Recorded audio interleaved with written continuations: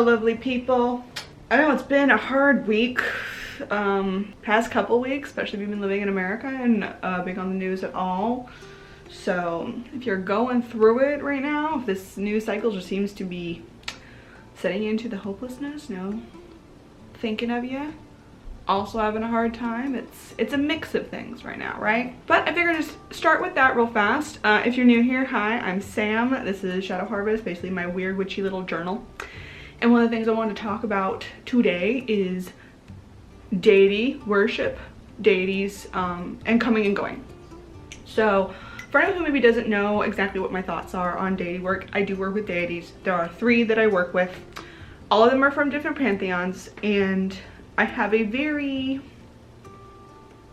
fence-sitter ideology, Gemini sun in me, when it comes to deity work and the beyond and all of this. In my mind, in a very basic rundown version of this, is that if something's either be way more simple or way more complicated than we can kind of conceptualize, I always lean more towards the more complicated. It just seems like there are too many pieces all up in the air for this to be too simple. And so the concept is, I believe that it's not just one pantheon that exists.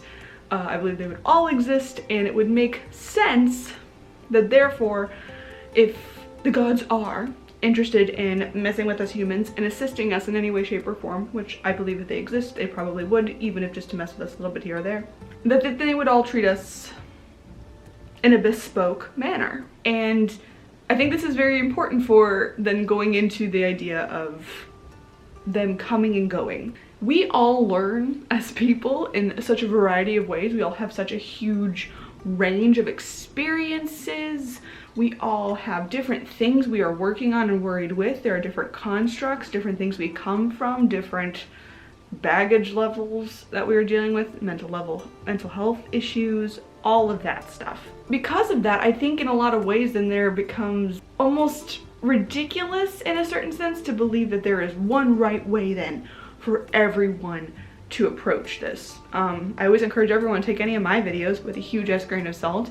You may not agree with me. It may not work at all for your path. That's why I kind of pitch this as more of like a witchy journal.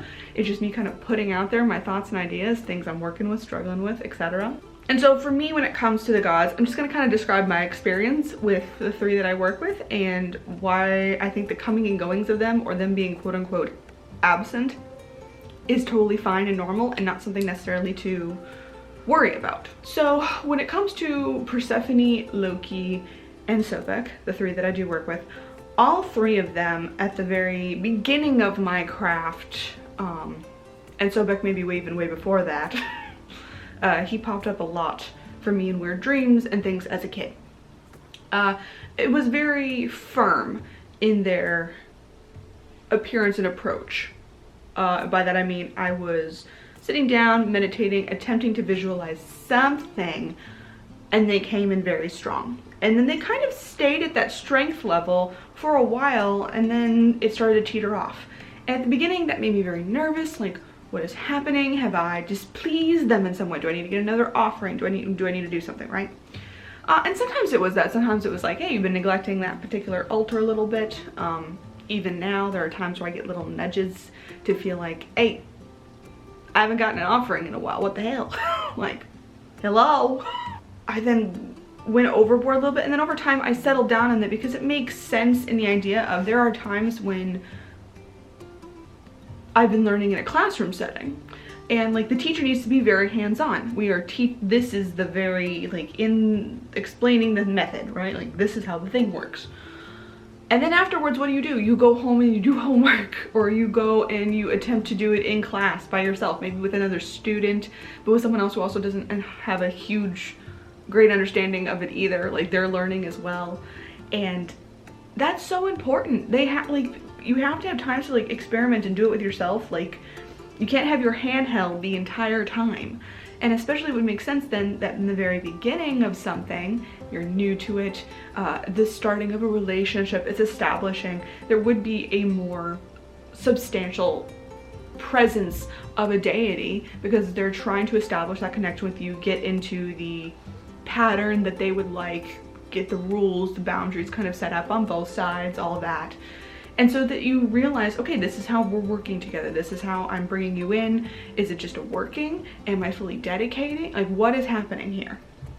And then afterwards, it's going to taper off and go in and out because you can do things on your own.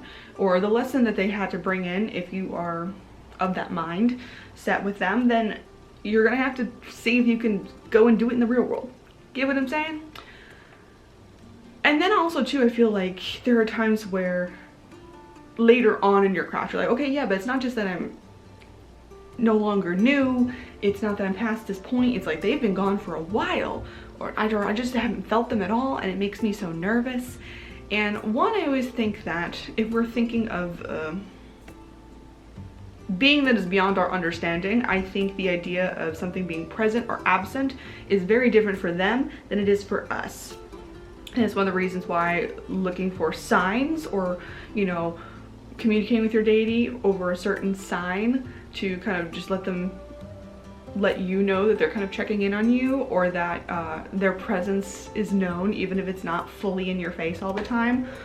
For me, it always comes into whenever a pomegranate themed thing, food item appears on a menu or something, I always order it. I always will attempt to get it. And then if something goes wrong with the pomegranate thing or something, it's not about the food being good necessarily, it's that just, it feels like a little check-in. Same thing with Sobek. I see crocodiles in random places all the time.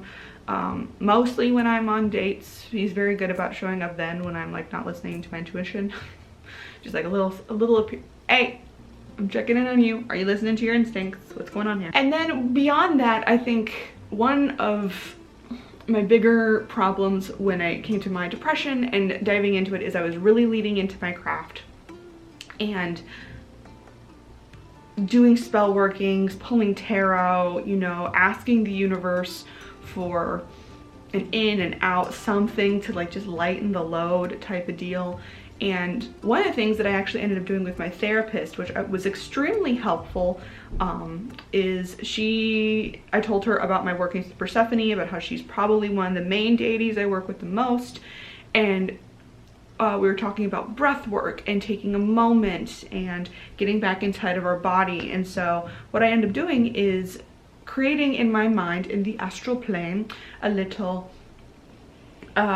envisioned area of 100% safety that then I ask Persephone to come in and bless. This is the place where I can just be 100%. And so when I go and do my breath work, I always then visualize myself in this place. And I basically, in my visualizations, put a little altar, which was just like a pillar of like gemstones, kind of like the support of Hades kind of coming in a little bit. And then I put a skull, which had like flowers growing out of it, very similar to my tattoo. And this is my altar to Persephone, meaning that the goddess of the underworld, the goddess of flowers, even in the midst of death, she didn't necessarily need to be there, but I could still, you know, call on her and wish, have this connection through this mind altar space, and do my breath work in there and have that connection and feel way more grounded and centered in something that was spiritual and also really good for me in this plane of existence. And through that then, Persephone, every time I came back to the visualizations, it felt like the plants around it were growing. It was like this nice little cave area with like very little like peaks of light kind of coming through. And every time I seemed to like breathe in there, more plants seemed to like be growing up. Like at first it was just a lot of rock with some vines hanging down. Suddenly it's like entirely overgrown, which is leaks of light coming through. It was all protected. My therapist and I were talking about how there are moments when you're in breathing and recovery and trying to process a lot of stuff, it can feel like then that all this other shit is coming at you and you're like, I don't need to deal with this. Like, oh my, like not now, I'm healing, I'm addressing stuff, this is a lot.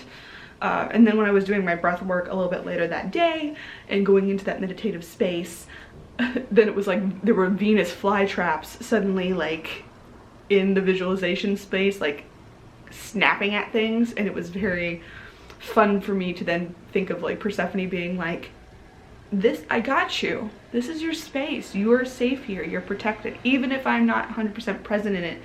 I've got things even in here guarding you. Nothing's gonna get to you while you are in this space. This is your place to just breathe and be and get connected with yourself again. And I think a lot of times then the deities, because I work with 3, the one I expect to come in or want to come in isn't the one I need in the moment as well. There are times where Loki suddenly pops up and is like telling me to like let something go or reconsider a perspective of something. There's times where Sobek is coming in and talking to me about like the patience of a crocodile settling in when I'm sitting here wanting like major change and upheaval and wanting that shift of like seasons. I'm like, Persephone, come in, help me shift this up. Next thing I know, it's someone else coming in instead. Sometimes I'm being too stagnant and someone else jumps in, because all of them are very duality in that sense. Lots of patience and growth, and every season has its moment, while also honoring the change and the shifts that happen. So I think that's something to just always keep in mind. It's not necessarily that your deities have quote unquote left you. Maybe it is that a deity isn't something you need to work with anymore. Maybe you've reached the end of the line of your lessons with them. Maybe it just wasn't a good fit. It was the end of just that working. All perfectly fine. But for me specifically, I have noticed the longer I've gone in my craft, the more it seems totally random, and they are just really not this constant current presence, because more and more I am using just my own energy in my spellcraft and in my evolution. It is very much using them for support, but not pulling in their full essence, I guess, as much. And that's just something that I have noticed. Comment down below if you work with deities. Do you find yourself doing that as well? Do you see, as you've gone on in the craft or with your pagan work, do you find that you don't work with them as much? I'm also super fascinated as well for people who don't work with deities at all. Because for me, they have been a very integral part to my craft. Like, it's been me diving into witchcraft and me becoming a pagan, because those two can be separated, of course. For me, in tandem, this is very much a singular path. They are together linked thing, but they don't have to be. So anyone who is not pagan based and specifically doesn't do any sort of deity working or worship, I'd love to hear how you comment about ebbs and flows in your craft. Is there a certain, do you have any maybe possible equivalent anxiety to this, that a certain energy that you're calling in or seeking out maybe is just missing? Does that cause you any sort of worry? Did that, slowly edge off throughout your craft? All of that down in the comments below. I encourage you all to take a breath if you need it, or do some workings or some activism if that helps you get through these times. I feel like for me that changes on a daily basis, whether I'm calling a senator or writing a letter or sending money to where I can, and other days I just need to like lay in the couch and journal and contemplate. You think you just get past one thing and then you suddenly remember the rest of the chaotic bullshit that is just waiting in the wings. So anyway, this is today's video. I will see you guys in the next one, and take care of yourselves.